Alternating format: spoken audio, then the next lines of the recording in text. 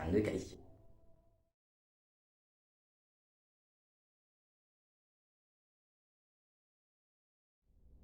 Assalamualaikum warahmatullahi wabarakatuh.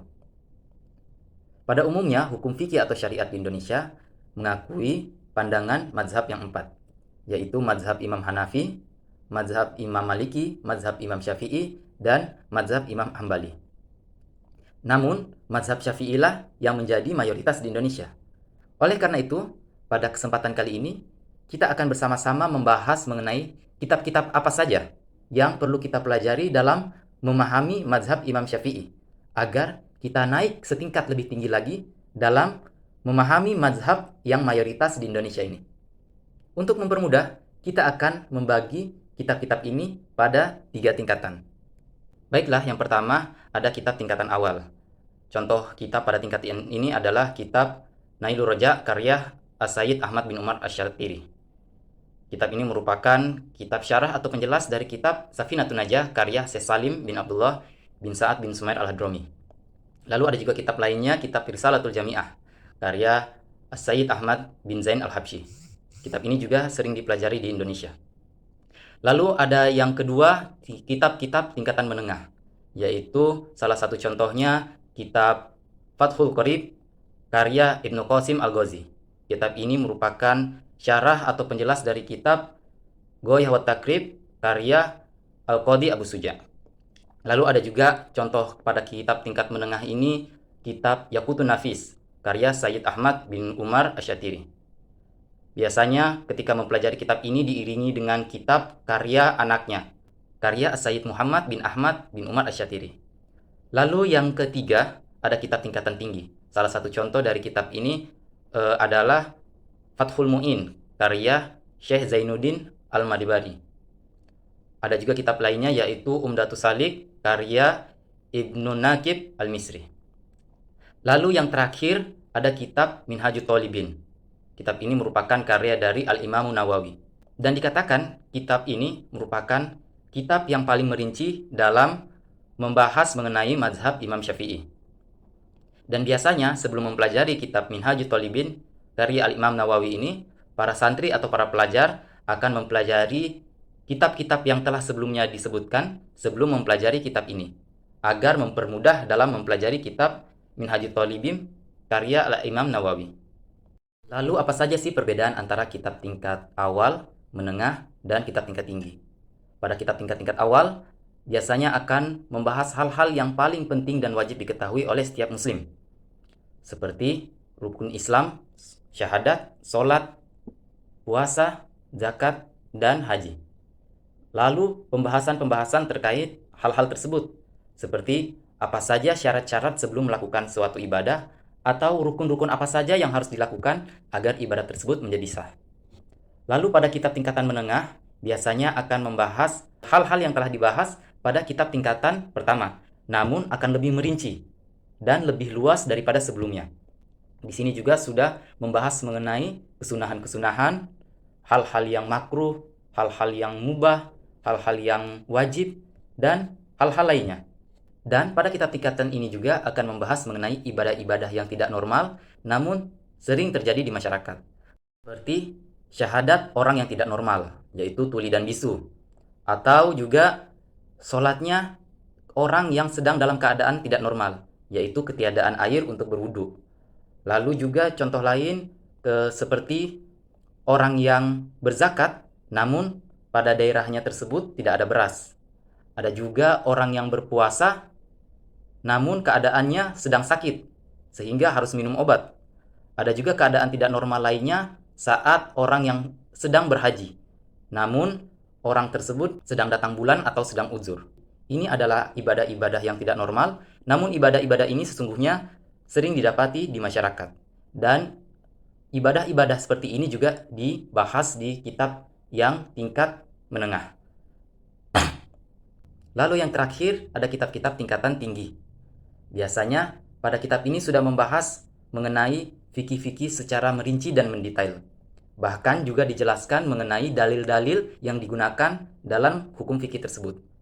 Pada kitab tingkatan ini juga biasanya membahas mengenai perbandingan hukum fikih dengan mazhab-mazhab lain. Dan jika pada kitab tingkatan sebelumnya membahas ibadah-ibadah yang tidak normal, namun sering didapati di masyarakat, pada kitab tingkatan yang tinggi ini juga membahas hal-hal tersebut. Namun ibadah yang tidak normal tersebut sangat jarang terjadi di masyarakat. Seperti fikih-fikih untuk seseorang yang transgender, ataupun hukum menyembelih hewan-hewan mutasi genetik. Ada juga keadaan-keadaan ibadah saat sedang berperang, dan juga hal-hal ibadah yang tidak normal namun sangat jarang didapati di masyarakat awam. Hal-hal seperti itu dijelaskan pada kitab tingkatan ini. Cukup sekian, wallahu musta'an. Wassalamualaikum warahmatullahi wabarakatuh. Kedewasaan dalam teori relativitas. Sebagian dari kita mungkin pernah mendengar istilah bumi sebagai pusat alam semesta. Matahari, bulan, dan bintang-bintang di langit mengelilingi bumi sebagai pusatnya. Ini disebut dengan teori geosentris. Teori ini dipercaya sejak ribuan tahun lalu. Bahkan hingga sekarang masih ada yang mempercayainya. Salah satu penyebabnya karena agama-agama Samawi turut serta membawa dan membenarkan teori ini. Lalu semakin berkembangnya ilmu pengetahuan, para ilmuwan menemukan berbagai keanehan. Pergerakan benda-benda langit tidak simetris. Bulan, matahari, bintang-bintang dan benda langit lainnya tidak seirama. Terlebih ketika para ilmuwan sudah menemukan teleskop, yaitu alat yang bisa melihat alam semesta dengan lebih luas dari sebelumnya. Sehingga lahir teori baru, yaitu teori heliosentris, yang menyatakan bahwa bumi, bulan, dan benda angkasa lainnya menjadikan matahari sebagai pusatnya. Tentu saja teori baru ini membantah teori sebelumnya yang menyatakan bahwa bumi sebagai pusat alam semesta. Alhasil, terjadilah benturan pemikiran yang cukup serius. Beberapa ilmuwan yang membawa teori baru ini disalahkan, bahkan ada yang diberi sanksi berupa hukuman. Akan tetapi, seiring lama berjalannya waktu, teori heliosentris yang mayoritas dipercayai secara ilmiah. Akibatnya, karena teori ini menjadi mayoritas, muncul dikotomi antara sains dan agama, yaitu pemikiran untuk memisahkan antara sains dan agama. Dikarenakan teori-teori yang dibawa agama Samawi dianggap salah, tidak sesuai dengan sains dan ilmu pengetahuan. Bahkan ada yang menganggapnya sebagai khayalan. Lalu, seiring berjalannya waktu, ilmu pengetahuan semakin berkembang. Muncul berbagai teknologi yang bisa membuat manusia melihat alam semesta jauh lebih luas. Bahkan, operasi perjalanan luar angkasa pun mulai dilakukan. Semakin luasnya sudut pandang yang dicapai manusia terhadap alam semesta, didapati berbagai keanehan.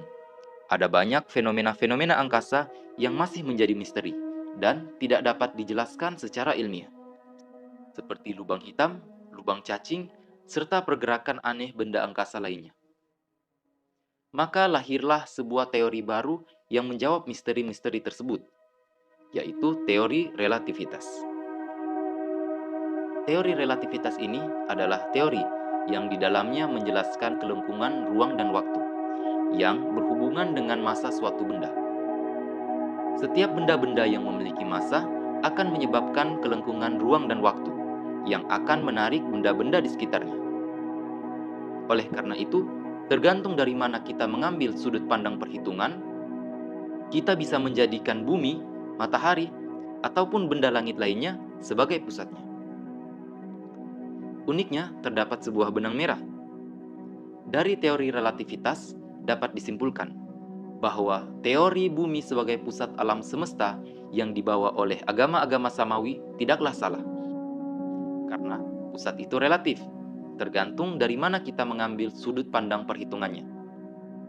Bahkan, jika kita lebih mendalami teori relativitas mengenai dilatasi waktu, peristiwa yang dijelaskan agama Samawi seperti Isra Mi'raj, 6 hari penciptaan alam semesta, dunia para jin, dan peristiwa lainnya menjadi masuk akal karena teori relativitas. dari teori relativitas kita belajar.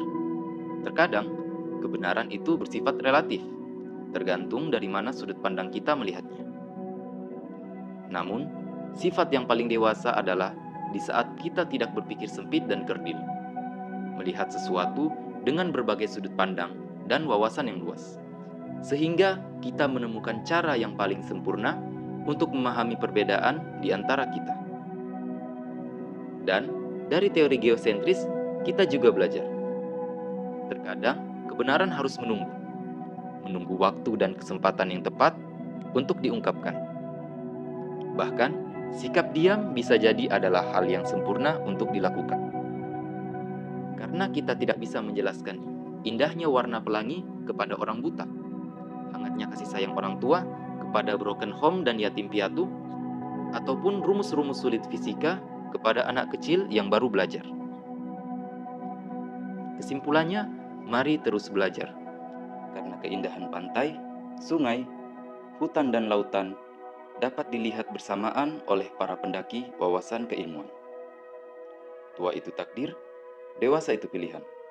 Wallahu musta'an. In this video, I will explain about my self-introduction essay using 30 different languages.